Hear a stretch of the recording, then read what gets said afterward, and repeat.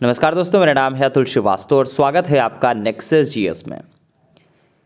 पहले UP BCS prelims 2021 और अब समीक्षा अधिकारी 2021 भी।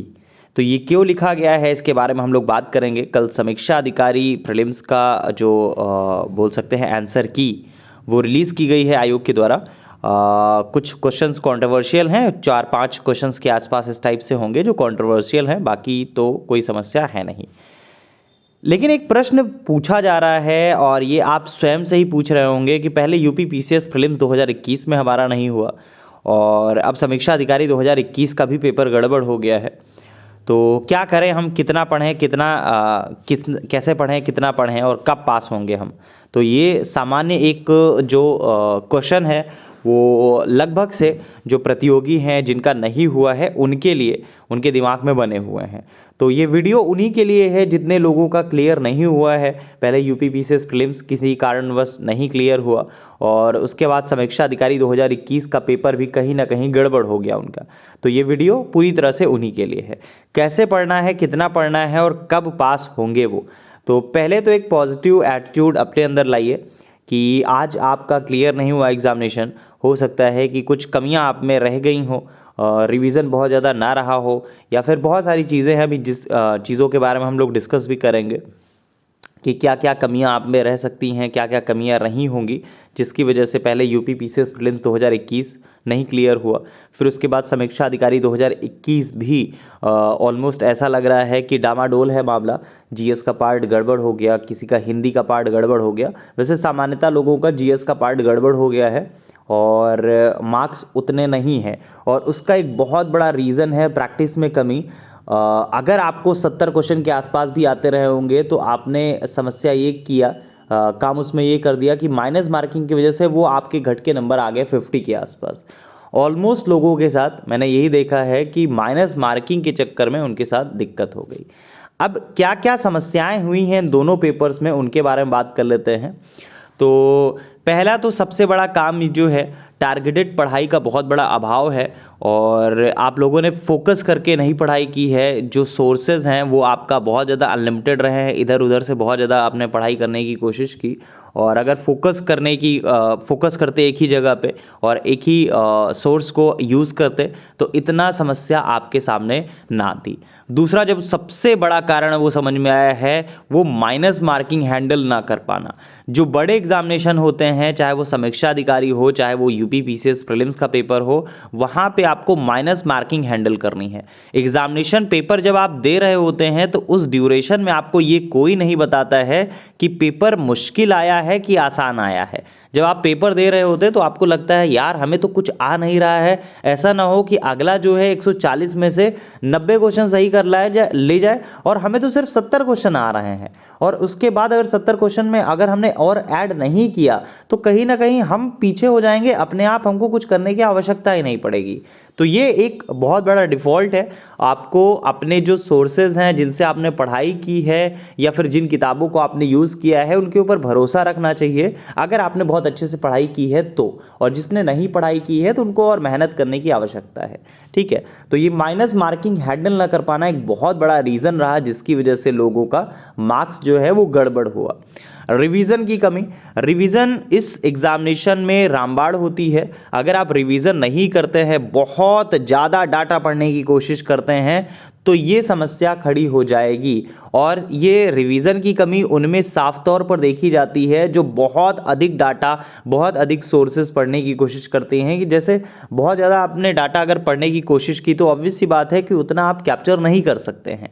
ठीक है, और यही एक बहुत बड़ा रीज़न है कि आप रिवीजन भी उस चीज़ को नहीं कर सकते हैं। बाद में आपको ये पता चलेगा हाँ यार ये तो यहाँ से आया, ये तो यहाँ से आया, लेकिन उतना आपको कैप्चर करना आना चाहिए। ऐसा नहीं कि आपको 1000 पेज का एक पीडीएफ दे दिया जाए और बताया जाए बाद में कि हाँ इसमें से क्वेश्चंस पेपर आया था और ये आपने नहीं कर पाए। तो ऑब्वियस सी बात है 1000 क्वेश्चंस 1000 जो पेज हैं उसको कौन ही तैयार कर पा रहा है। तो लिमिटेड आपको डाटा यूज़ करना है, उसका बार बार रिवीजन करना है, ये बहुत बड़ा एक बोल सकते हैं कि काम होता है और ये लगातार आपको करना है। ठीक है, अब क्या क्या हाँ एक पॉइंट और समझ में आता है, करंट रिलेटेड और नए प्रश्नों से समस्या हुई है समीक्षा अधिकारी के एग्जामिनेशन में। और ये ऑब्वियस सी बात है, लगभग से यूपी पीसीएस प्रीलिम्स में भी आपका इस तरह की समस्या जो है वो बनी थी कि करंट रिलेटेड और जो नए प्रश्नों का समावेश है उनसे प्रतियोगी छात्र जो है वो परेशान हुए और उनको हैंडल नहीं कर पाए। तो जैसे जो एकदम एक्सट्रीम नए क्वेश्चंस बने तो आप हैंडल नहीं कर सकते हैं, नहीं पढ़ा है आपने तो नहीं कर सकते, आप स्किप कर दीजिए। दो काम करने होते हैं, गलत आपको नहीं करना होता है, स्किप करना होता है, क्वेश्चन आप लेफ्ट कर दीजिए, ठीक है। तो करंट रिलेटेड और नए प्रश्नों से समस्या एक खड़ी हुई है। अब सल्यूशन क्या है इसका?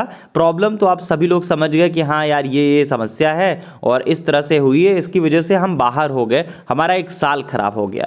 तो आने वाला जो साल है वो 2022 का है, वो आपका खराब ना हो उसके लिए आपको अभी से प्रयत्नशील रहना होगा, अभी से आपको उसके लिए काम करना पड़ेगा। ये समय वो नहीं है कि जब आप सो जाए, निराश हो, अंधकार में परेशान हो। ये समय है कि आपको डबल मेहनत के साथ फिर से तैयारी करनी होगी, फिर से लगना होगा और एक बार फिर उसी जुनून के साथ आपको पेपर के लिए तैयार होना पड़ेगा। क्योंकि जब आप यही 1-2 महीने आप लॉस करते हैं, खराब करते हैं, उसके बाद ऑब्वियस सी बात है अगर आपको एग्जामिनेशन देना है तो मार्च अप्रैल के आसपास एग्जामिनेशन होगा यूपी पीसीएस प्रीलिम्स का, तो फिर आप फिर से एक बार नई एनर्जी के साथ जगोगे फरवरी में, और ये आपने 2 महीने लॉस कर दिया सिर्फ इसी वजह से कि यार हम परेशान थे, हमारा हुआ नहीं, हम क्या करते, इस टाइप से। तो ये तो एग्जामिनेशन है, पास और फेल जो है वो लगातार बना रहेगा। अब आपको अगले 6 महीने तक क्या करना है उसके बारे में हम लोग बात करते हैं। जो सबसे बड़ा प्रॉब्लम था माइनस मार्किंग हैंडल ना कर पाना, उसके लिए लगातार प्रैक्टिस करने की आवश्यकता है और वो लगातार प्रैक्टिस आपको अभी से करने की ज़रूरत है। जब आपका अब कोई एग्जामिनेशन नहीं लगा हुआ है अगले 3 महीने तक, तो आपको प्रैक्टिस करने की ज़रूरत है। लगातार आप मेहनत करिए, जो चीज़ें आपने पढ़ी है उनको लगातार प्रैक्टिस करिए, ठीक है, और अपने आप को अपडेट करते रहिए। जब फेल हुए हैं तो आपको डबल मेहनत करने की ज़रूरत है, निराश होकर रुकना नहीं है। जैसे मैंने पहले भी बताया कि रुकना नहीं है, भागना नहीं है, आपको अपने कर्तव्य पर आगे बढ़ना है।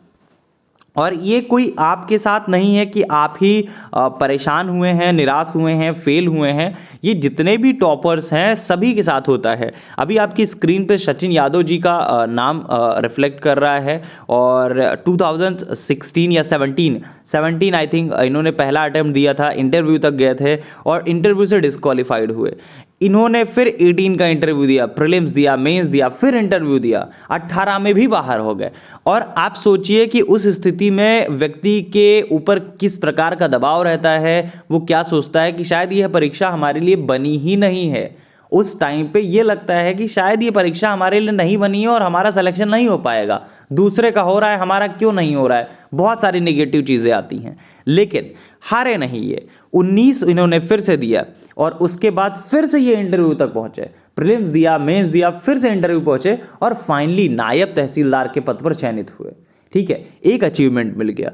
उसके बाद रुके नहीं, 2020 में इन्होंने फिर से इंटरव्यू फेस किया और फाइनली रैंक 14 के साथ डिप्टी कलेक्टर, जो सबसे बड़ा पोस्ट होता है उत्तर प्रदेश का, उन्होंने हासिल किया। और यहां पे भी वो नहीं रुके, यूपीएससी इन्होंने इंटरव्यू दिया है 2020 का और उसके बाद डिस्क्वालीफाइड हुए, इंटरव्यू से बाहर हुए हैं। फिर से 2021 में ये प्रीलिम्स क्वालिफाई करके मेंस दे रहे हैं, ठीक है। तो कुल मिलाकर कहा जा सकता है कि जो व्यक्ति रुकता नहीं है, लगातार चलता रहता है, वही सफल होता है।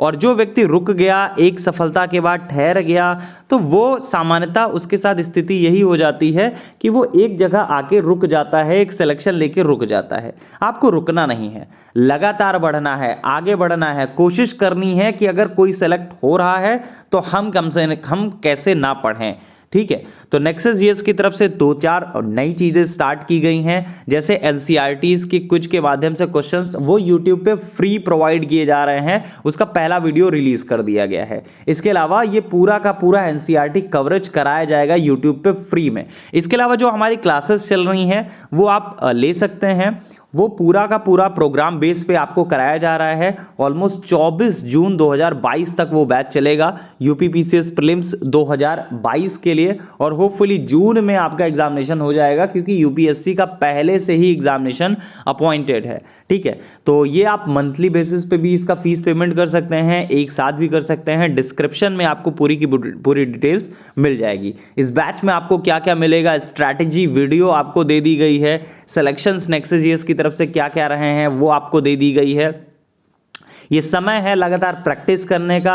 मैं फिर से कह रहा हूं, अगर आप फेल हुए हैं तो आपको मेहनत करने की जरूरत है और डबल मेहनत करने की जरूरत है। जुनून लाइए अपने अंदर और आपको ये सोचना है कि ये तैयारी हमने शुरू की थी तो क्यों शुरू की थी, और अगर आज हम खत्म कर रहे हैं तो जो हमारे माता पिता ने हमारे बारे में सोच रखा है कि आज हम कल हम बनेंगे, वो कहीं ना कहीं धूमिल होती हुई नजर आ रही है। तो कुल मिलाकर आपको फिर से एक नई एनर्जी के साथ काम करना है। आप नेक्सस जीएस के साथ जुड़कर काम कर सकते हैं, आप स्वयं पढ़ाई कर सकते हैं, लेकिन आपको ये सोचना है, ये समझना है कि हाँ हमें करना है। किसी भी कंडीशन में नए प्रश्नों से भी खेलना है, पुराने क्वेश्चंस को भी हमको तैयार करना है, रिवीजन में भी हमको किसी भी तरह की कोई कमी नहीं रखनी है, माइनस मार्किंग से भी हैंडल करना है हम लोगों को, टारगेटेड स्टडी करनी है, लिमिटेड सोर्स का प्रयोग करना है और बहुत अधिक पढ़ने का प्रयास नहीं करना है जो आपको कंफ्यूज करे। लिमिटेड पढ़िए, सॉलिड पढ़िए, सिलेक्शन आपका होगा और जरूर होगा।